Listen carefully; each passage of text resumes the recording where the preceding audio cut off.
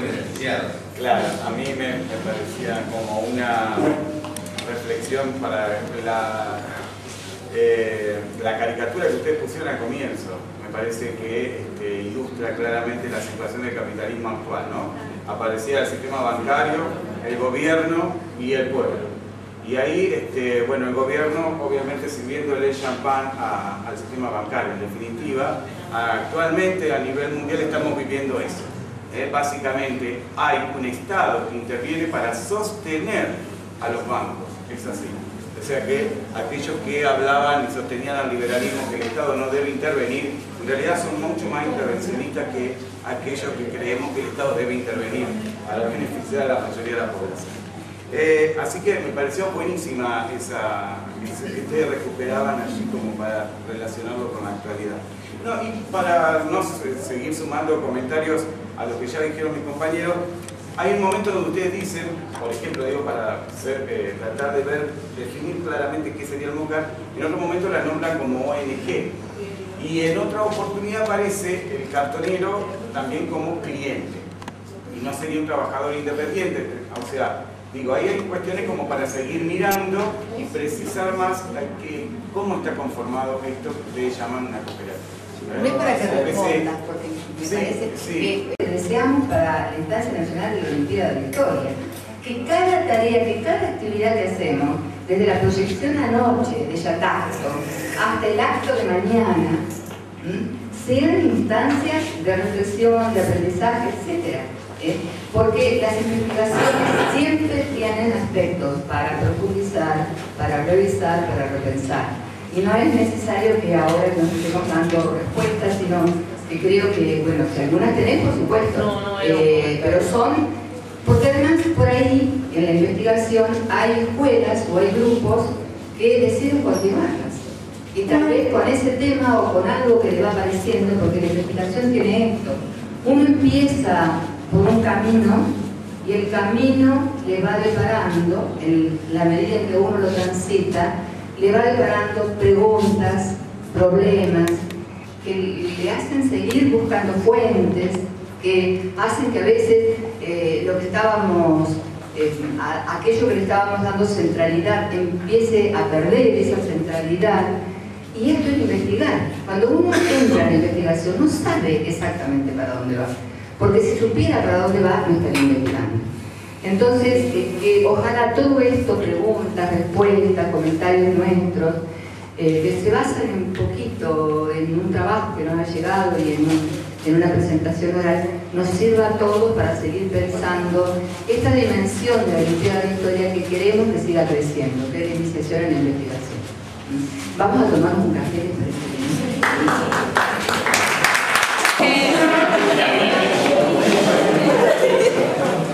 Bueno, ¿cómo se llama el trabajo que van a presentar? Ayer es pasado, mañana es una incógnita.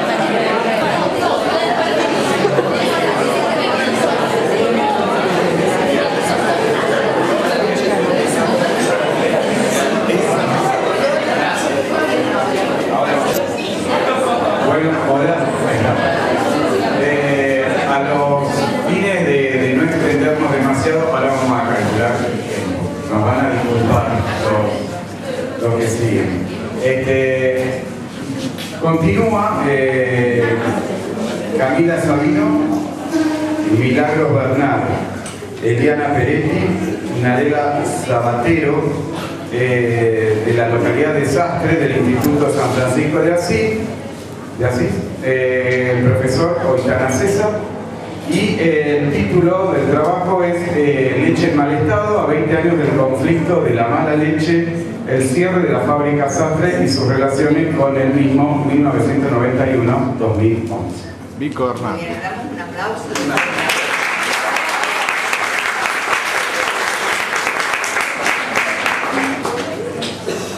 Bueno, primero buenas tardes a todos. Y en segundo lugar hacer una corrección, que ahí está mal el título, es las relaciones con el menemismo. Bueno, mi grupo está integrado por Camila Sabino, como bien lo dijo, Eliana Peretti y Narela Sabatero, y yo soy la encargada de hacer la exposición oral. Bueno, vamos a trabajar con un PowerPoint que hicimos para trabajar en forma paralela, mientras yo les explico oralmente, pasando las imágenes.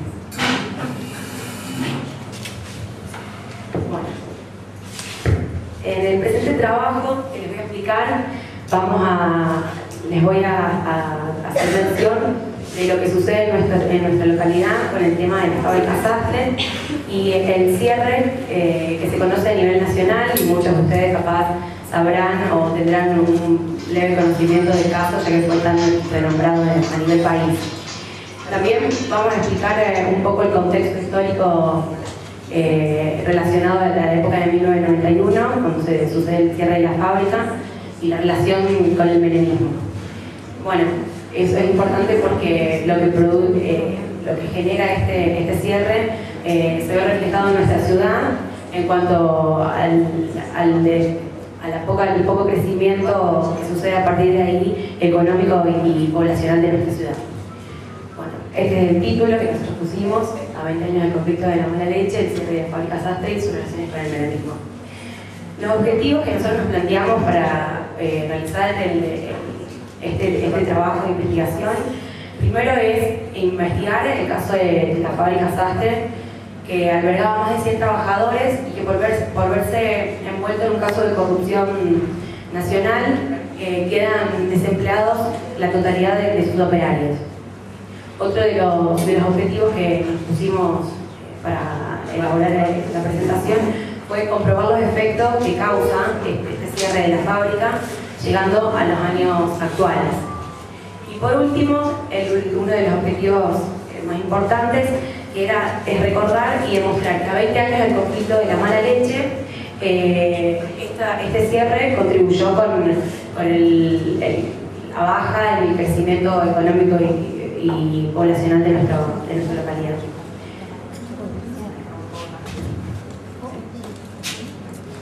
Bueno, en cuanto a la elaboración de la investigación, usamos como material de información primaria. Las investigaciones se fueron dadas a través de entrevistas. Eso fue, en primer lugar, nos basamos en las entrevistas, realizamos a los obreros, a los intendentes de nuestra localidad en ese momento, a nuestros abuelos y a todas las personas que conocían de esta problemática, ya que las entrevistas nos brindan otro tipo de información, es información fáctica sobre los acontecimientos que nos brindan el carácter de experiencia, que incluye los valores y las creencias de cada persona, y a ese modo pudimos rescatar de cada uno de los entrevistados un poquito y recolectamos junto con los artículos periodísticos y otras investigaciones que se realizaron en el tema. Fuimos haciendo una recolección de datos y así pudimos llevar a cabo la investigación. Pero principalmente es bueno aclarar que las entrevistas fueron la información básica por la cual nuestro trabajo se desarrolla. Bueno, hicimos 3 hipótesis, que van a ver acá, para plantear y entender el trabajo que les van a ayudar a ustedes a comprender un poco de qué se trata y a mí explicarles. Las 3 hipótesis que nos planteamos fue, primero, que el cierre de la fábrica genera un duro golpe en nuestra sociedad y que a partir de este cierre causa un efecto que llega hasta nuestros días. La segunda de las hipótesis, tenemos las acciones colectivas, que las acciones colectivas que se vieron reflejadas en este conflicto nos permiten vislumbrar un marco de luchas o resistencias en las cuales se manifiesta el pueblo, sino que nuestra sociedad se ve envuelta en una apatía que era muy corriente, de hecho, en la década del 90. Después también tenemos la última de las hipótesis, con el periodismo, que es un poco ver el sensacionalismo del periodismo, que da a conocer este caso a nivel nación, a nivel país, lo da a conocer, pero no se encarga en investigar un poco más el trasfondo que tenía, sino que su objetivo es dar a conocer estos casos de corrupción que son muy corrientes en la época del menemismo. Donde era una de las hipótesis más importantes porque se ve realmente quiénes fueron los mayores perjudicados, que es nuestra fábrica Sastre y nuestra sociedad, por el periodismo. Después tenemos un poco el contexto histórico, un contexto histórico que da un paneo general para ubicarnos en qué época ha estado esta crisis con respecto a la fábrica. Y bueno, cuando nos planteamos el contexto histórico teníamos que hacer una gran diferenciación, ya que a los inicios del nacimiento de nuestra empresa, de la fábrica en la que estudiamos, estábamos pasando por, en el año 1949, pasábamos por políticas del estado de bienestar o el estado benefactor, en donde actuaba como activador de las industrias, y lo que trataba era de buscar que, otorgando subsidios, préstamos, a alentar a estas industrias para su crecimiento, de esta manera que pueda crecer la industria nacional. Y bueno, y por otro lado tenemos el caso que se centra en el cierre de la fábrica, que está ubicado en los periodos del menemismo, a partir de 1991, con el cierre de la fábrica. Lo situamos en una época donde las políticas neoliberales eran las que estaban implementadas, y que estas políticas neoliberales, muy por el contrario del Estado benefactor, lo que trataban era de dejar a la economía libre de privados, y dejar que fluya la economía y que se dé a gusto de cada uno de los empresarios que querían hacerla de una manera diferente. Y también pensar y ubicarnos en que no solo en las políticas neoliberales son las que se dan en este momento, sino que también este gobierno, que es el nombrado en nuestro trabajo, se mueve de una manera muy irregular y alenta a los casos de corrupción. Tenemos varios casos de corrupción muy conocidos, como el caso de la mala leche. Tenemos los casos como los guardapolvos del ministro Bauzá, los menemtruchos, y todos estos casos forman parte del inconsciente colectivo que muchos de ustedes conocerán y sabrán. Son temas que todos sabemos, y a la vez, capaz que lo estudiamos más profundamente, podemos tener otro tipo de datos, como es nuestra empresa que nos toca. Tenemos el Yo Maguey, uno de los casos también muy escuchados, el Diputrucho, la venta ilegal de armas a Croacia y Ecuador, las coimas en el caso de IBM y Banco Nación, los sobresueldos y el tentado de la mafia. Bueno, son casos que seguro les reflejarán la memoria y les habrán ubicado un poco en este periodo que yo les estoy hablando. Estos son casos, bueno, con la introducción anterior quería cerrar en que estos son casos de extrema corrupción, o las corrupciones más graves que se dieron en este periodo, y que bueno, que generaron una idea de políticos de descreimiento y de políticos a los que le teníamos mucha falta de confianza. Y eso es muy importante, porque el gobierno, no tener confianza en el gobierno el que nos representa, es una parte que impacta de una manera en la sociedad, que para el comentario de cada uno. Después tenemos el contexto local. El contexto local, Sastre es una localidad ubicada en el noroeste de la provincia de Santa Fe. Forma parte del departamento de San Martín, de hecho es su cabecera. Bueno, esta localidad es parte de un proceso de colonización donde se da a fines de la década del siglo XIX, y donde sus principales inmigraciones son de España e Italia, y está ubicada en la región que nosotros denominamos la Pampa Gringa. Bueno, sus principales fuentes de recursos son la agricultura y la ganadería, que bueno, de hecho nosotros con estas dos actividades nos abastecemos y forma parte de las primeras fuentes de recursos que tenemos en el pueblo. Y bueno, contar un poco que en la década de 1991, que se ubicaban las políticas neoliberales, como dije antes, nuestra industria, a diferencia de muchas otras del país, no se ve perjudicada por estas políticas, sino que muy por el contrario, encontramos a nuestra fábrica en un periodo de auge, en donde aumentaban las demandas y se empezaban a fabricar otros productos. otros productos de valor agregado muy alto, así son como la manteca, el dulce de leche, el queso fundido.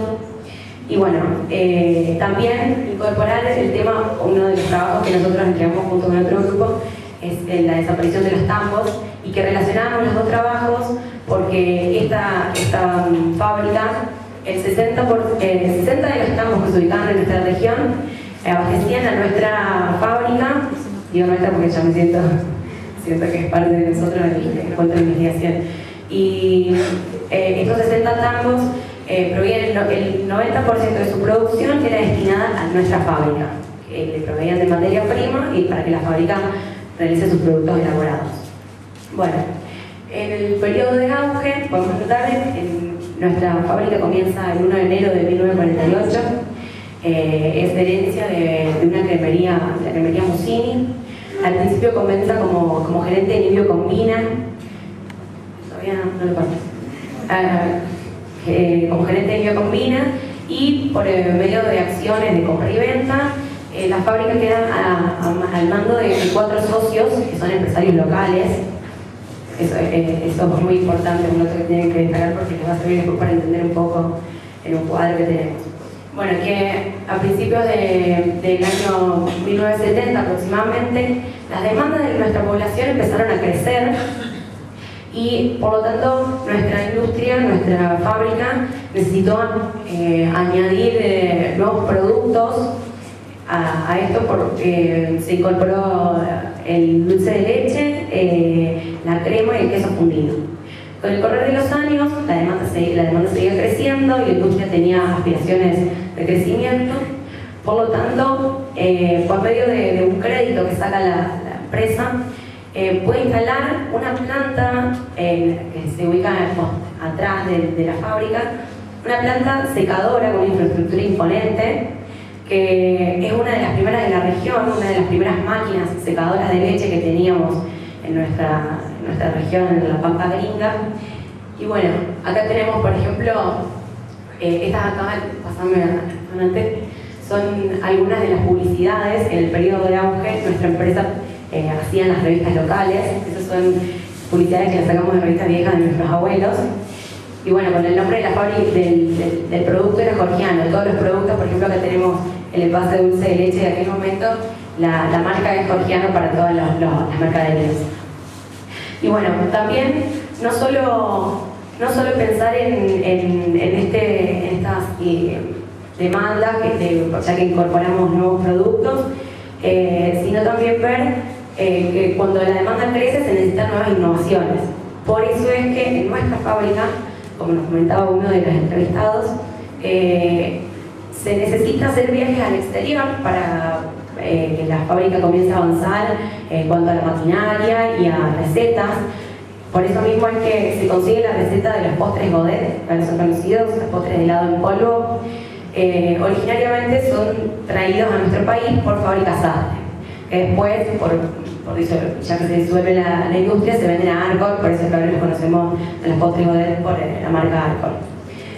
Bueno, yo les voy a mostrar acá un cuadro que nos va a servir a nosotros, a todos, para darnos cuenta, porque en realidad cuando nombramos el título y ubicamos a la fábrica en el contexto, y sabemos todo, o está en el consciente colectivo, que esta fábrica tiene mucho que ver con el menemismo, podemos decir, o nos podemos preguntar todos, ¿cómo se genera en una localidad del interior relaciones en una fábrica que nada tiene que ver con, por ahí, la provincia centralizada, que es la provincia de Buenos Aires? ¿Cómo se generan las relaciones desde esta localidad con el gobierno? Entonces nosotros armamos un cuadro que nos fue difícil porque teníamos, como dije al principio de la charla, teníamos entrevistas a empleados, entrevistas al intendente, también teníamos notas y artículos periodísticos y teníamos investigaciones que estaban en internet o estaban algunos datos. Y no acontecían todos con lo mismo, no tenían los mismos nombres. Por ejemplo, el caso de yo me comentaba con algunos de las que están acá presentes y les comentaba el trabajo y me decían, el caso Vico, el caso Hernández. Y por ahí no sabemos muy bien. Muchos, en algunos artículos periodísticos nos decían, no, el dueño era este, no, el dueño era este. Y fuimos armando con mi grupo un estilo de red que nosotros llamamos árbol genealógico, pero en realidad es un mapa conceptual que explica el proceso de sucesión. Fábrica Sastre, voy a sacar el láser, así puedo Fábrica Sastre está primero por los 4 socios locales, como dije, Astigiano Escaño, Barabale Combina. El señor Astigiano vende su parte Escaño y el señor Barabale vende su parte Combina, por razones particulares. La empresa queda en manos de un 50 y 50% de las acciones entre el señor Escaño y el señor Combina. Ahora vamos a relacionar a Vico, que es dueña de la distribuidora EDA, como lo dice ahí, que está ubicada en la provincia de Córdoba. Es oriundo de la localidad de San Jorge, una localidad vecina nuestra que está ubicada a 15 kilómetros. Por ende, conocedor de la zona industrial de la región. Por eso que nosotros acá no lo aclaramos, pero lo pudimos deducir que el señor Vico tenía relaciones de negocio, relaciones de amistad con el señor Santunión, y es el señor Vico, Miguel Ángel Vico, quien le recomienda a Santunión la compra de la planta, que luego el señor Santunión es encargado administrativo y Miguel Ángel Vico se convierte en el mayor accionista de Fábrica Sastre. Por otro lado tenemos la distribuidora Sumum, que por ahí puede haber sido escuchada en alguna nota. De la distribuidora Sumum tenemos nombres mucho más conocidos, como el señor Carlos Espadone. Carlos Espadone, como lo dice acá, es asesor, socio y subsecretario del presidente Carlos Saúl Menem y es titular de la distribuidora Sumum.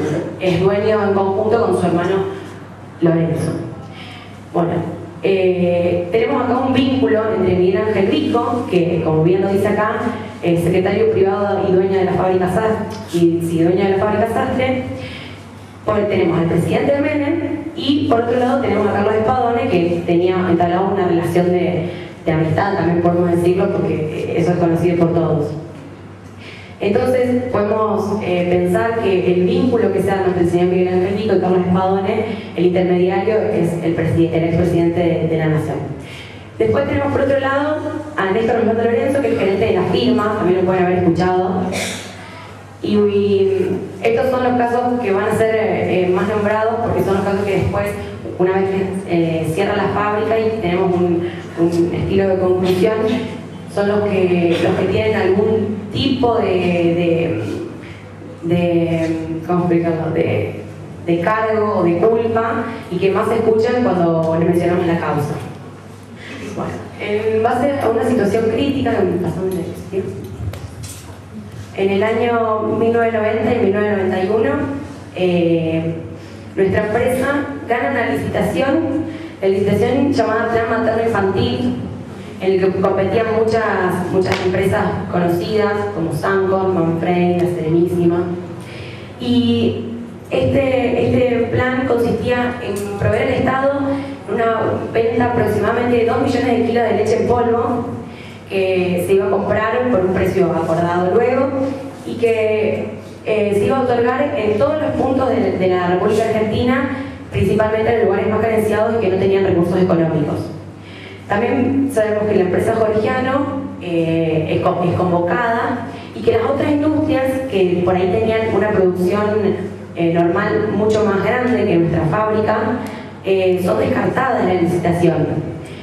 Nosotros conocimos por medio de investigaciones que estas fábricas piden una respuesta al Estado por cual son descartadas. La respuesta que se le otorga es que tenían muchas deudas fiscales y que lo único que haría este plan materno infantil sería acrecentar esas deudas con el Estado.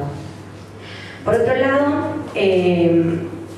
tenemos, bueno, la parte de como ya les decía, nuestra empresa no tenía la capacidad de producir lo suficiente como les tenían las otras empresas. Por eso es que se comienza a trabajar el 100% de la fábrica, pero no se llega a cumplir con el pedido del Estado de este plan materno infantil. Por eso es que los dueños deciden importar leche, como les decía, de Noruega, Alemania, Holanda y Bélgica, que eran traídos bolsas de 50 kilos hacia nuestro país y pasaban por la aduana sin tener un control bromatológico, el control que se necesita para importar productos. Y bueno, un poco explicar que esta leche que se traía era reenvasada con el nombre de Georgiano. El distribuidor Sumur adquiría los envases de leche en polvo, las cajas, las traía hacia la provincia de Buenos Aires y ahí era cuando se hacía la acción de reenvasamiento del producto. Y se distribuía como si la fábrica Sastre hubiera sido la originalmente productora de esta mercadería. Bueno, después tenemos, ustedes se preguntarán, ¿por qué se da a conocer esta noticia? ¿Por qué sale a la luz? ¿O por qué sale este problema?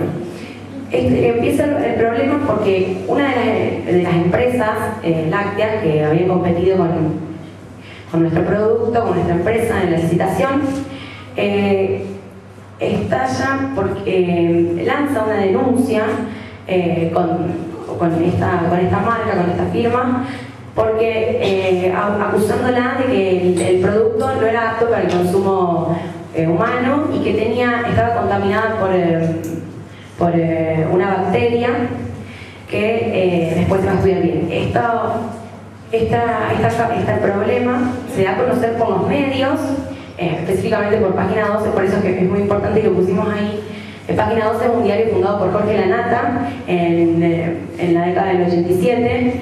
Es un diario que se caracteriza por ser un diario opositor, en el que era muy importante porque era el único diario que realizaba investigaciones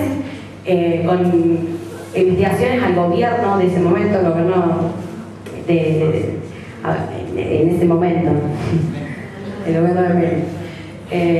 Y bueno, era el único diario que se animaba a mostrar un poco más y a investigar los casos que se daban y sacarlos a la luz.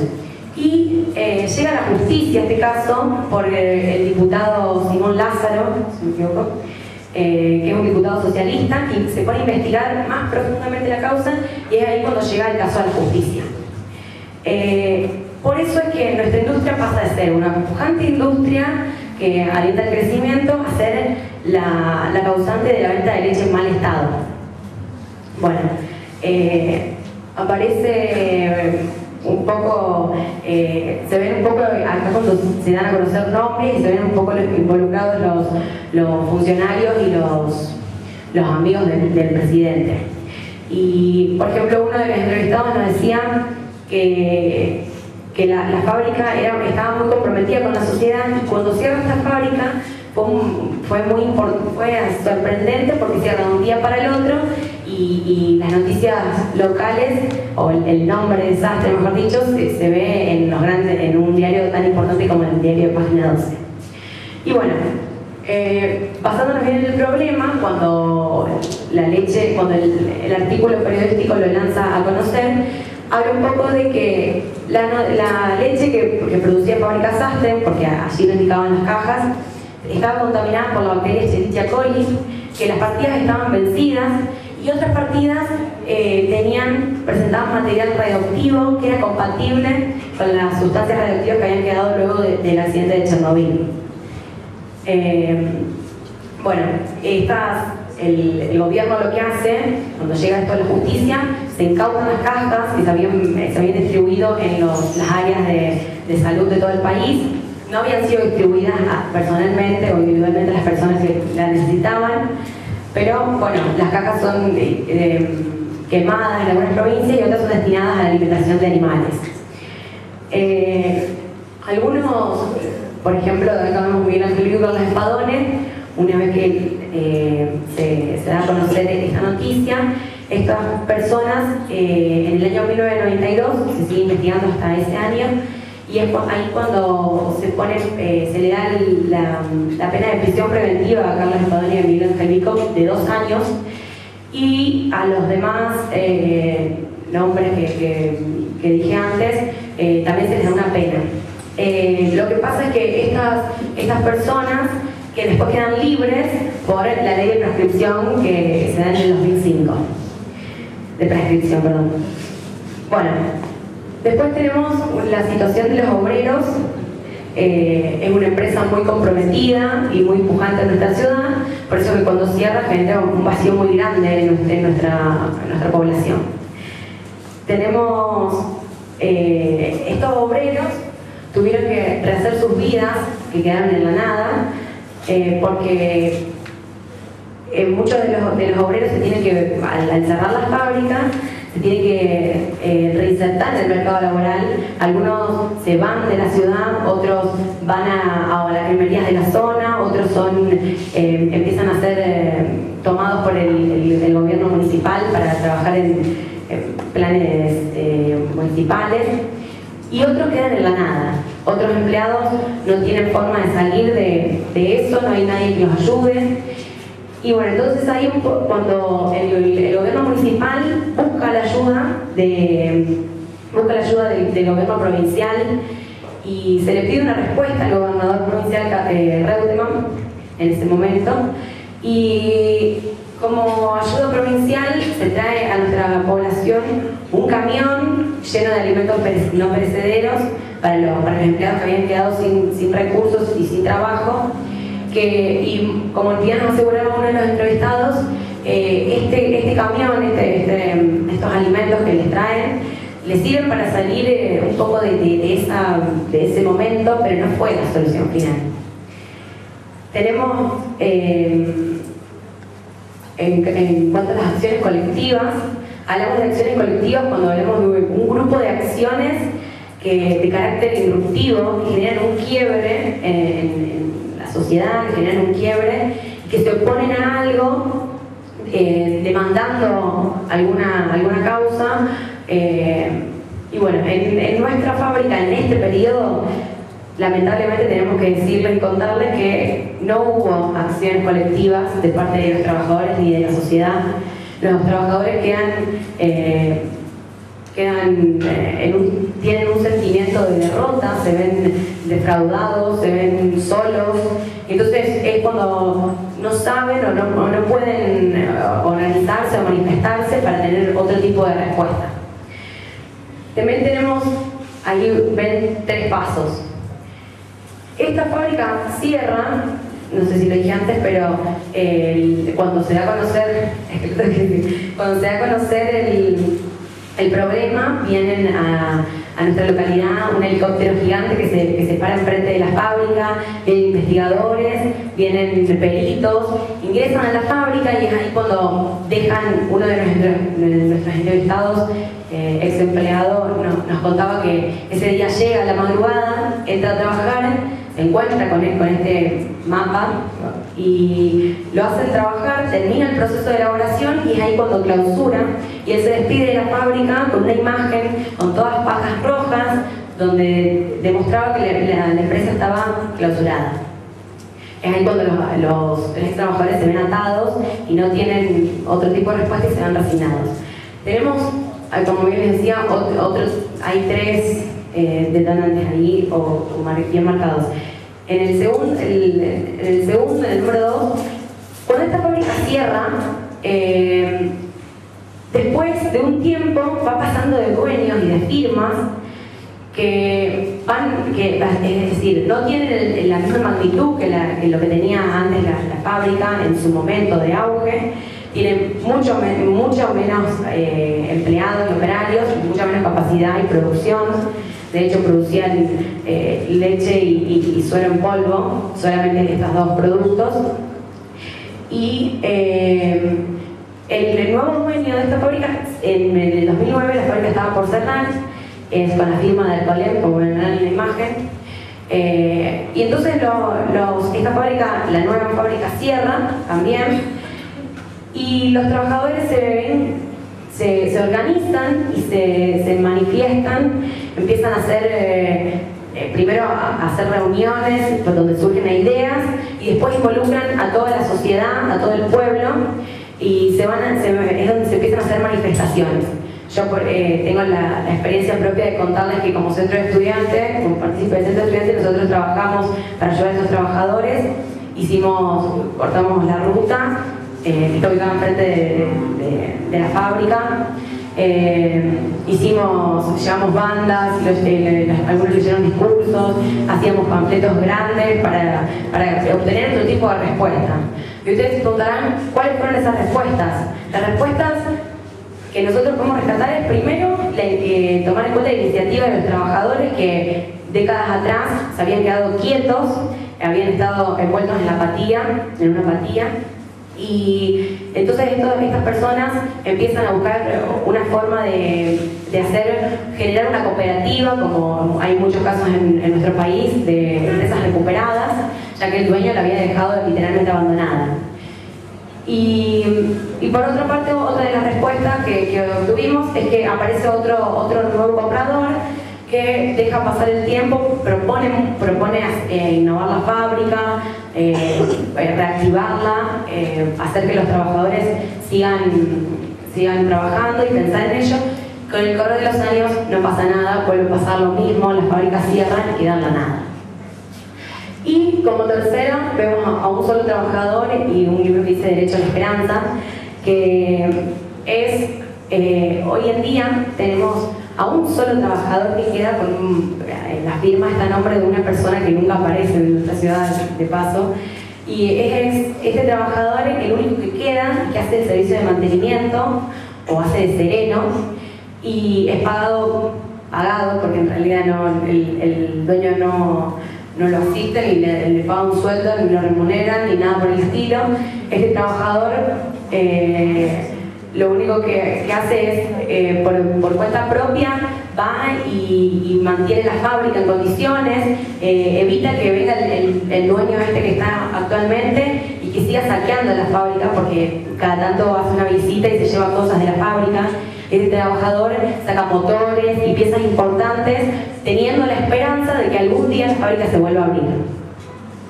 Y bueno, a modo de conclusión, tenemos el sentimiento de derrota de nuestra ciudad y 4 factores muy importantes. Primero, los intereses políticos, ya que el trasfondo de nuestro trabajo son los intereses políticos que juegan atrás. Por otro lado, tenemos la corrupción, que es el detonante principal. El grado de corrupción que existía en el periodo de Menem es inexplicable.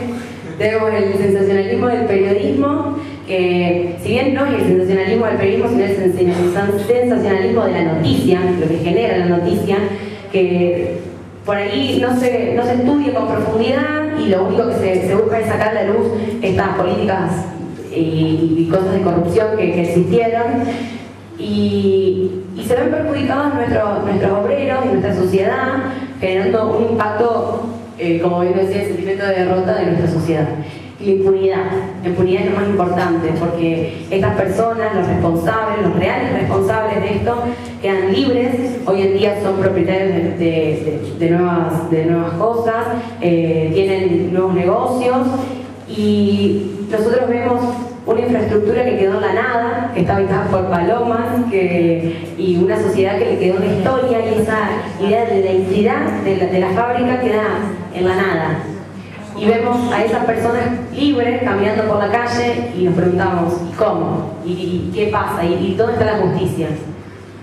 Y bueno, después quisimos hacer un paralelismo con la literatura argentina, y elegimos esta poesía que es de Raúl González Tuñón, La luna con gatillo.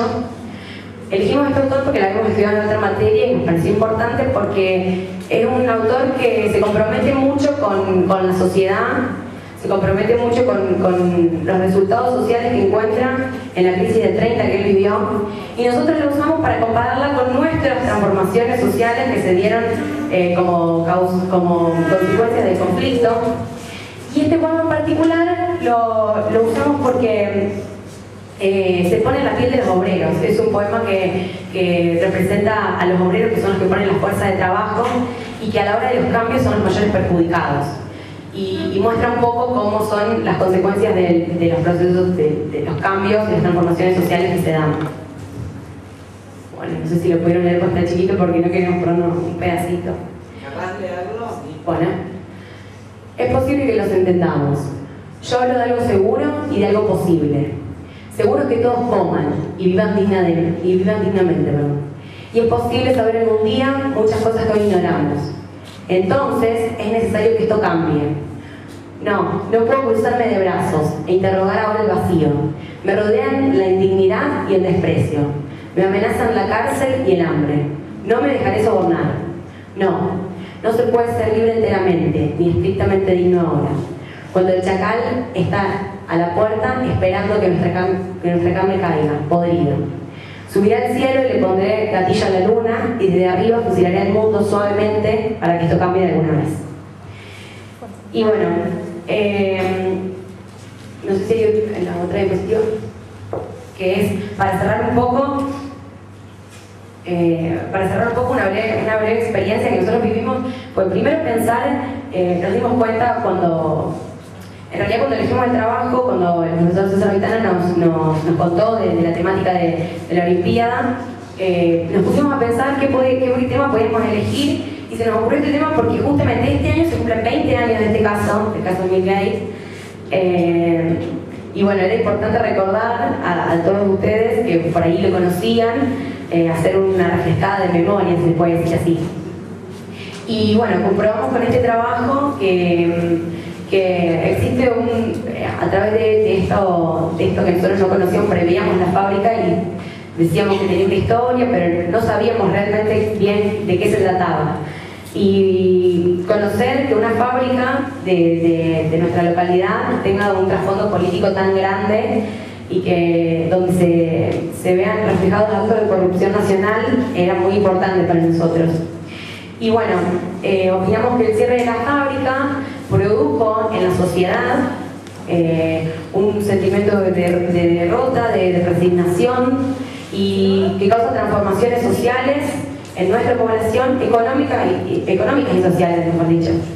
Y bueno, no sé si se dieron cuenta, la última cosa que quiero aclarar es que, pero al principio de las diapositivas, el título era leche en mal estado. Y no sé quién se dio cuenta, pero leche en mal estado, y estado estaba con mayúsculas y en comillas. Se habrán preguntado por qué. Estado hicimos nosotros en realidad un juego de palabras. En cómo se consideraba la leche realmente en ese momento, en el estado que estaba, y el grado de corrupción que el Estado generaba y que se vio reflejado en ese momento. Por eso leche en mal estado es un juego de palabras que hicimos.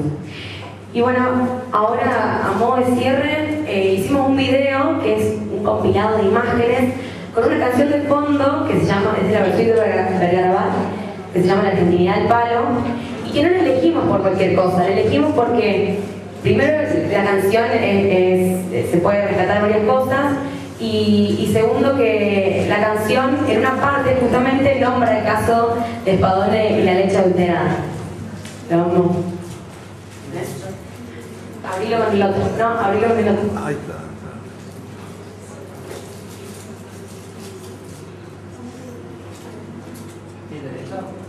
Sí, sí. Arriba. Uy, no. No, arriba. Está moviendo medio atrás.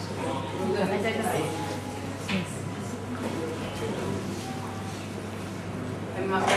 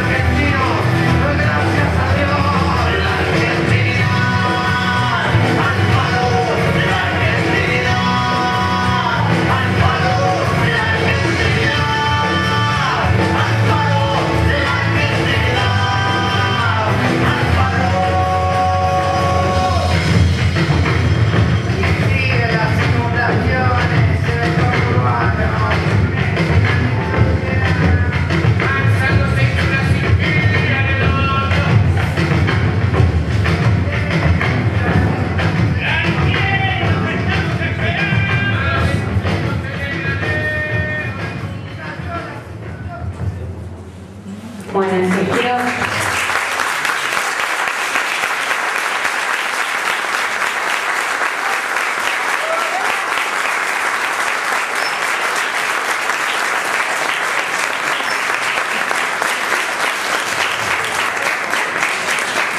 Quiero aclarar que las imágenes que vieron en el video, las imágenes viejas están en blanco y negro, las recolectamos a nuestros abuelos y a algunos de los empleados de la fábrica, que son imágenes muy ricas, quieren decir muchas cosas, y había otras imágenes con máquinas, que fue justamente con ese sereno que nombré antes, ese empleado que está ahora, que es el único que está en este momento, nos dejó hacer un recorrido por la fábrica y nos iba contando un poco. Entonces nosotros íbamos sacando fotos y viendo cómo quedó el estado, cómo está hoy la fábrica.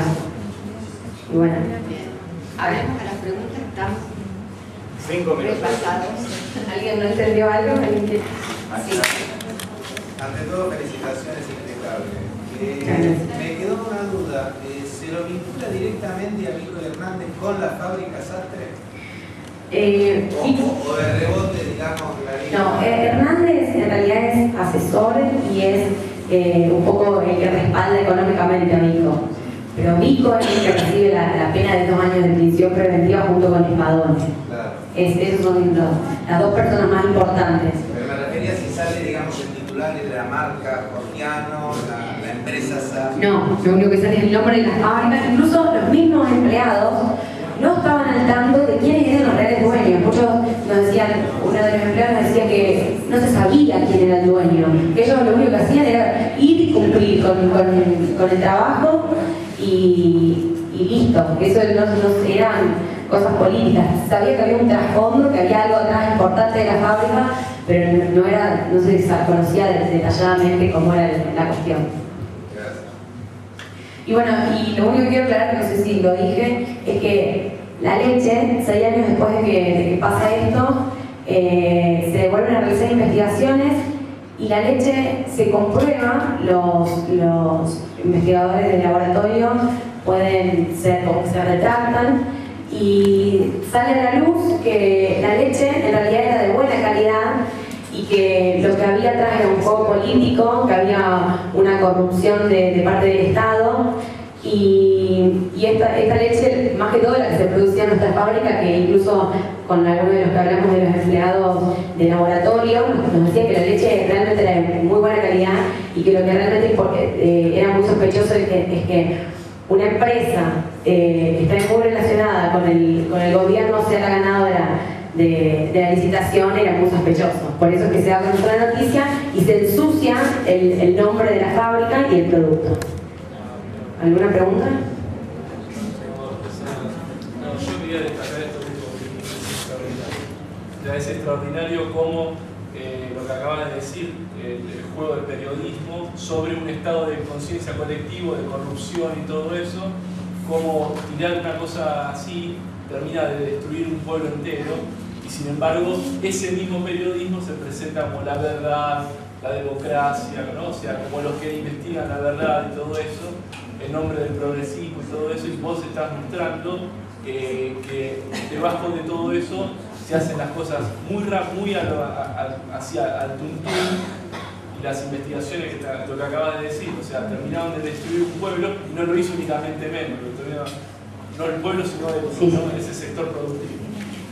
Y bueno, y no queremos, lo último que voy a decir es que lo que nosotros lo tuvimos a fin y se lo explicamos a muchas de las personas que nos preguntan sobre el trabajo, es que la leche, cuando les pregunten, el producto que se realizaba en la fábrica Sastre era realmente de muy buena calidad. Lo que estaba detrás fue lo que estalló y el detonante. ¿Alguna de las preguntas?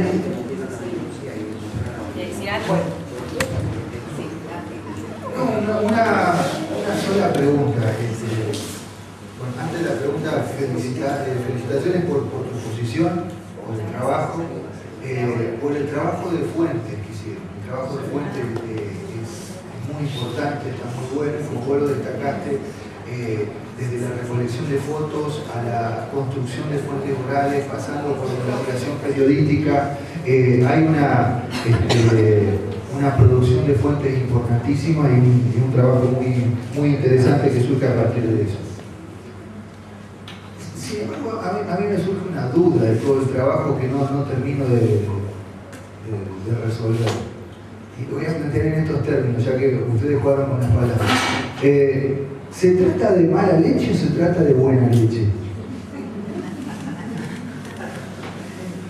Lo digo por los resultados de las investigaciones que se realizaron en el 96. No sé qué es lo que querés decir con la mala leche y la buena leche. Lo que quiero decir es que cuando se inició el juicio se dice que la leche está en mal estado y que por eso bueno, hay gente que está sometida a juicio y que cumple condena. Sí. Pero en el año 96 hay nuevas investigaciones y se dice que la leche estaba en buen estado. ¿Y entonces era buena o era mala la leche? Esa es la pregunta. No, sí, lo aclaré un poco con que no quería desprestigiar el nombre de la fábrica. La leche era buena, incluso la que se importaba era muy buena leche, la leche era de buena calidad. Lo que pasa es que el periodismo y la gente es lo que distorsiona un poco y nos hace pensar con esos titulares, decir leche en mal estado o la mala leche, el caso Espadone, y decir que la leche en realidad estaba en buen estado y lo que se producía era un buen producto, muy buen producto. Lo que pasa, disculpame, ¿no? Pero queda como un cierto halo de confusión. Yo recién le preguntaba a tu profe, porque si la leche estaba en buen estado, lo que no me queda claro como conclusión, que Leo también te lo remarcó de alguna manera, sin duda yo no acuerdo con el menemismo, pero digamos, acá me parece que el menemismo no tenía nada que ver. Sí, ¿cómo? Tenía que ver. No, claro, o sea, tenía mucho que ver.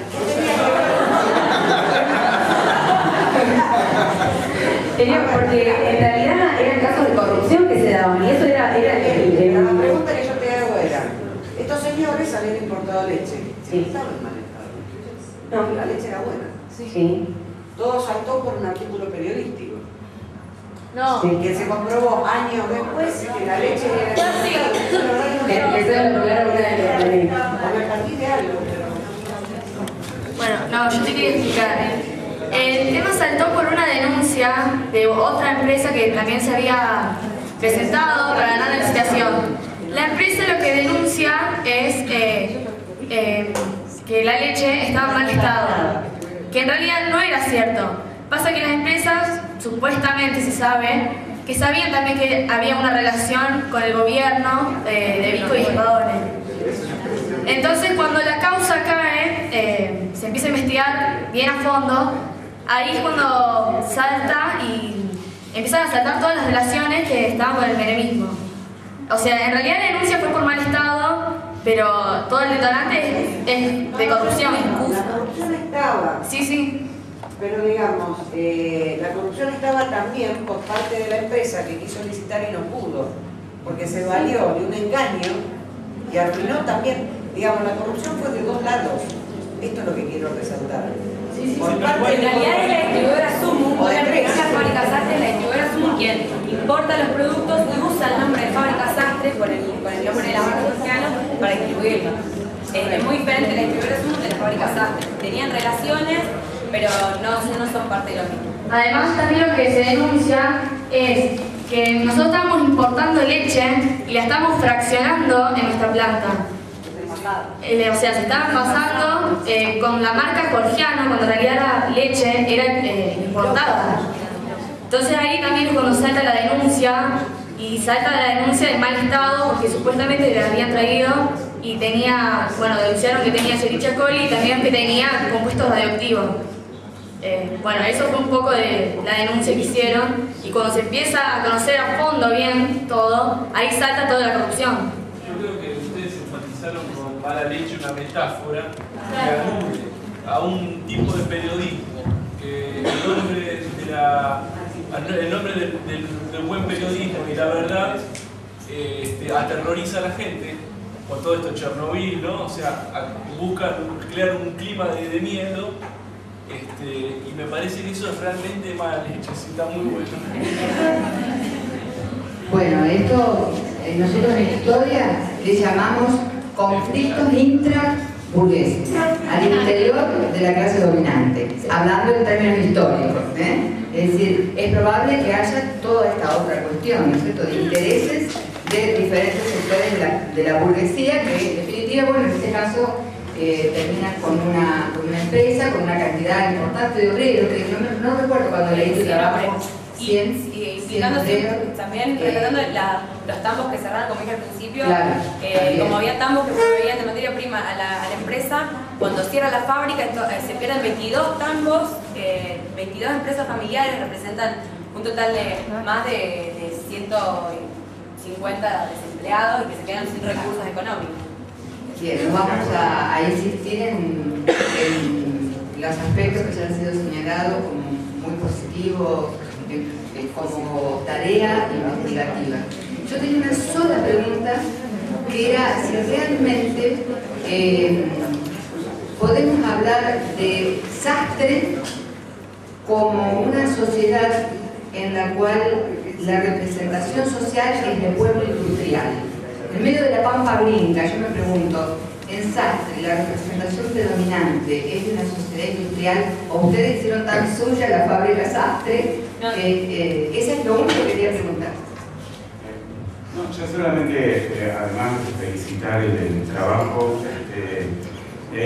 destacar dos cuestiones. Una, que esto nos confirma a quienes somos parte del equipo de Olimpiada, lo digo en general, aunque lo estoy planteando yo individualmente, pero es el hecho de que este tipo de trabajo lo que genera es que en el interior del país, ¿no?, localidades como Sastre y como otras que se están trabajando aquí, se están exponiendo, se conozcan situaciones que se viven, ¿no?, y que vive el mundo del trabajo y que porque se investigan otras cuestiones no se trabajan, y eso me parece muy importante destacar.